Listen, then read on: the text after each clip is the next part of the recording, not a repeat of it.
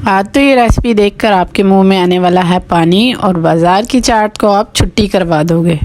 ना डो गूंदने की झंझट और ना ही बेलना पड़ेगा। इतनी आसानी से बन जाएगी आज हमारी ये कटोरी चाट। तो चलिए आइए शुरू करते हैं। बिस्मिल्लाहिर्रहमानिर्रहीम। अस्सलाम वालेकुम दोस्तों, कैसे हैं आप?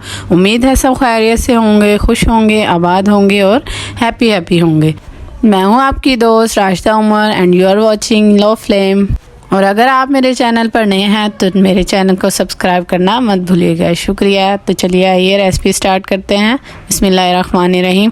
यहाँ हमने 1.5 कप मैदे का ले लिया है, जिसको मैंने पहले अच्छी तरह से छान लिया था और साफ़ कर लिया था। इसको हम एक बाउल में डाल लेंगे। इसके अंदर हमने 3 टेबल स्पून कॉर्नफ्लावर डाल लेना है। कॉर्नफ्लावर डालने के बाद बस इसके अंदर नमक डालेंगे और बस हमने इसको अच्छी तरह से मिक्स कर लेना है।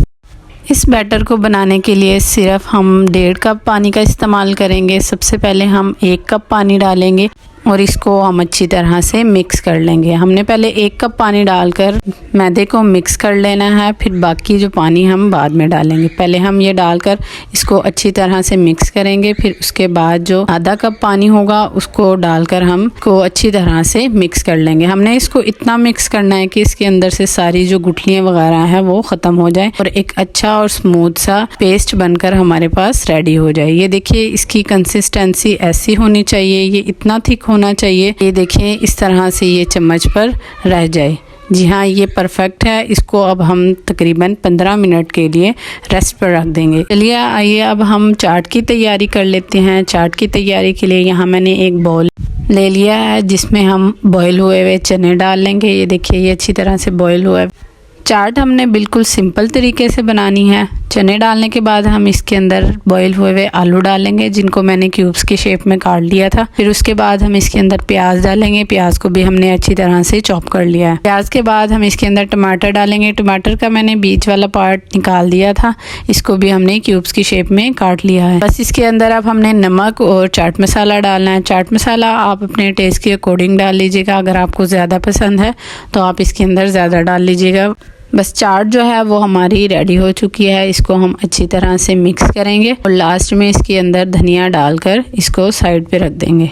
ये रेसिपी बहुत आसान है, इसको ज़रूर ट्राई कीजिएगा और रमज़ान में ज़रूर बनाइएगा और मुझे भी अपनी दुआओं में याद रखिएगा। जी हाँ, उसके बाद अब हमने हरी चटनी की तैयारी करनी है। हरी चटनी के लिए मैंने यहाँ पे पुदीने की एक मुट्ठी ले ली है, जिसके मैंने पत्ते अच्छी तरह से निकाल लिए थे और अच्छी तरह से इसको धो लिया था। जी हाँ, 1 मुट्ठी के बराबर ही मैंने यहाँ पे हरा धनिया ले लिया है, जिसको मैंने बारीक बारीक काट कर अच्छी तरह से धो लिया। और 4 हरी मिर्चें डाल लेंगे।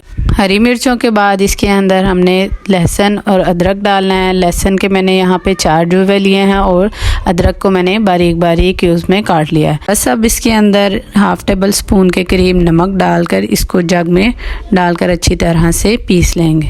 लीजिए, चटनी भी तैयार है। अब हमने अपनी दूसरी चटनी की तैयारी की तरफ जाना है।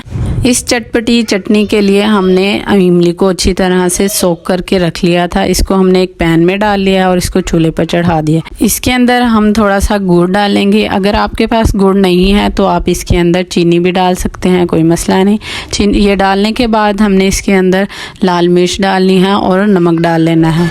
ये चीज़ें डालने के बाद इसको हम अच्छी तरह से पका लेंगे, ताकि जो हमने गुड़ डाला है वो अच्छी तरह से इसके अंदर पक जाए। जी हाँ, ये देखिए, गुड़ जो है वो अच्छी तरह से पक गया। अब हमने थोड़ा सा पानी ले लेना है, जिसके अंदर हम कॉर्नफ्लावर डालेंगे और इसको अच्छी तरह से मिक्स कर लेंगे। अब आपने ये मिक्स हुआ हुआ कॉर्नफ्लावर आहिस्ता आहिस्ता से चटनी के अंदर डालते जाना है और इसको मिक्स करते जाना है। आप जितनी इसकी थिकनेस चाहते हैं उसके मुताबिक कॉर्नफ्लावर ऐड कीजिएगा। जी हाँ, कॉर्नफ्लावर डालने के बाद चटनी को अच्छी तरह से पका लें और इसको ठंडा होने के लिए साइड पर रख दें। ये चटनी बहुत ही मज़ेदार बनती है। इसको आप पकौड़ों के साथ भी खा सकते हैं। तो चलिए आइए अब हम अपनी कटोरी की तैयारी करते हैं। जी, इसके लिए मैंने यहाँ पे चाय वाला पौवा ले लिया है। ये बड़े साइज़ का पौवा है। इसको हमने गरम तेल के अंदर डिप करना है और निकाल कर इसको अच्छी तरह से किसी किचन टॉवल की मदद से या फिर टिश्यू पेपर की मदद से साफ़ कर लेना है। और इसको हमने अपने बैटर के अंदर अच्छी तरह से डिप करना है। इसको डिप करने के बाद आपने अच्छी तरह से प्रेस करके रखना है ताकि जो बैटर है वो अच्छी तरह से इसके ऊपर लग जाए। जब बैटर इसके ऊपर लग जाए तो इसको गरम तेल के अंदर छोड़ दें। आप इसको ठंडे ऑयल में बिल्कुल भी नहीं डालिएगा, वरना आपकी जो कटोरी है वो बिल्कुल ख़राब बनकर तैयार होगी। इसको आपने गरम तेल के अंदर डालना है और जब आप डालेंगे तो फ्लेम जो है वो मीडियम टू हाई होनी चाहिए ताकि जो कटोरी है वो अच्छे से पक जाए। जी हाँ, इसको आपने अच्छी तरह से ऑयल के अंदर डिप करके रखना है और ऊपर से ऑयल भी इसके अंदर डाल देना है ताकि वो अंदर से भी अच्छी तरह कुक हो जाए। जी हाँ, ये देखिए छुरी की मदद से आपने इस तरह से कटोरी को चम्मच से अलहदा कर देना है। और इस चीज़ का ख्याल रखिएगा कि ये ना हो आप कटोरी उतारें और साथ ही आपकी कटोरी टूट जाए। एहतियात से उतारना है ताकि जो हमारी कटोरी है वो ख़राब ना हो। ये देखिए कितनी अच्छी सी कटोरी हमारे पास बनकर तैयार हुई है। इसको अब हमने उलट पुलट कर दोनों साइड से अच्छी तरह से पका लेना है और अंदर से भी इसको अच्छी तरह से कुक कर लेना है। लीजिए जी, हमारी जो कटोरी है वो अच्छी सी बनकर तैयार हो गई है। ये अच्छी तरह से फ्राई हो चुकी है। बस अब आपने इसको ऑयल में से बाहर निकाल लेना है। अब दूसरा मैं आपको एक और तरीका बताऊंगी कटोरी बनाने का, वो इससे भी ज़्यादा आसान है।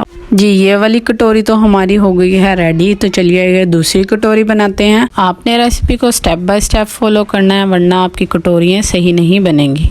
यहाँ पर हम जो सालन वाला बड़ा चम्मच होता है वो ले लेंगे। उसको भी हमने इसी तरह से ऑयल के अंदर डिप करना है, गरम ऑयल के अंदर, और इसके ऊपर बैटर को लगाना है और एक अच्छी सी कटोरी बना लेनी है। इस तरह से भी बहुत अच्छी कटोरियाँ बनकर तैयार होती हैं। मैंने ज़्यादा सालन वाले चम्मच से ही बनाई थी तो इससे बहुत ही अच्छी बनी थी। तो आप भी इसी से ट्राई कीजिएगा। प्याली से बनाते हैं तो कटोरियाँ अक्सर टूट जाती हैं और उनको ऑयल में से रिमूव करना भी मुश्किल होता है। इसलिए अगर आप चम्मच या दूध वाले पौवे से बनाएंगे तो उससे ज़्यादा अच्छी कटोरी बनेगी। चलिए आइए अब हम अपनी कटोरियों को चाट से फिल कर लेते हैं। यहाँ पे मैंने एक कटोरी ले ली है। बस अब हमने इसको अच्छी तरह से अपनी चाट के साथ फिल करना है। ये बहुत ही टेस्टी किस्म की बनी थी और सबने तारीफ़ की थी। आप भी ज़रूर ट्राई कीजिएगा तो इंशाअल्लाह ताला ये आपको और आपके घर वालों को बहुत पसंद आएगी।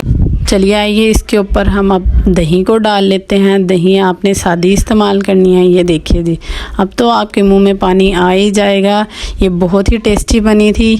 दही के बाद हम इसके ऊपर डालेंगे अपनी खट्टी मीठी चटनी। इमली की चटनी के बाद अब इसके ऊपर हम डालेंगे हरी चटनी जो हमने पुदीने और धनिए से बनाकर तैयार की थी। बस लास्ट में और कुछ भी नहीं डालेंगे। इसके ऊपर हमने मज़ेदार सा टेस्टी सा चाट मसाला डालना है और इसको खाने के लिए तैयार कर लेना है। इंशाअल्लाह ताला आप इस रेसिपी को ट्राई कीजिएगा। ये बहुत ही आसानी से बन जाती है। मुझे अपनी दुआओं में याद रखिए और मेरे चैनल को सब्सक्राइब करना मत भूलिए। हाफिज़ एंड स्टे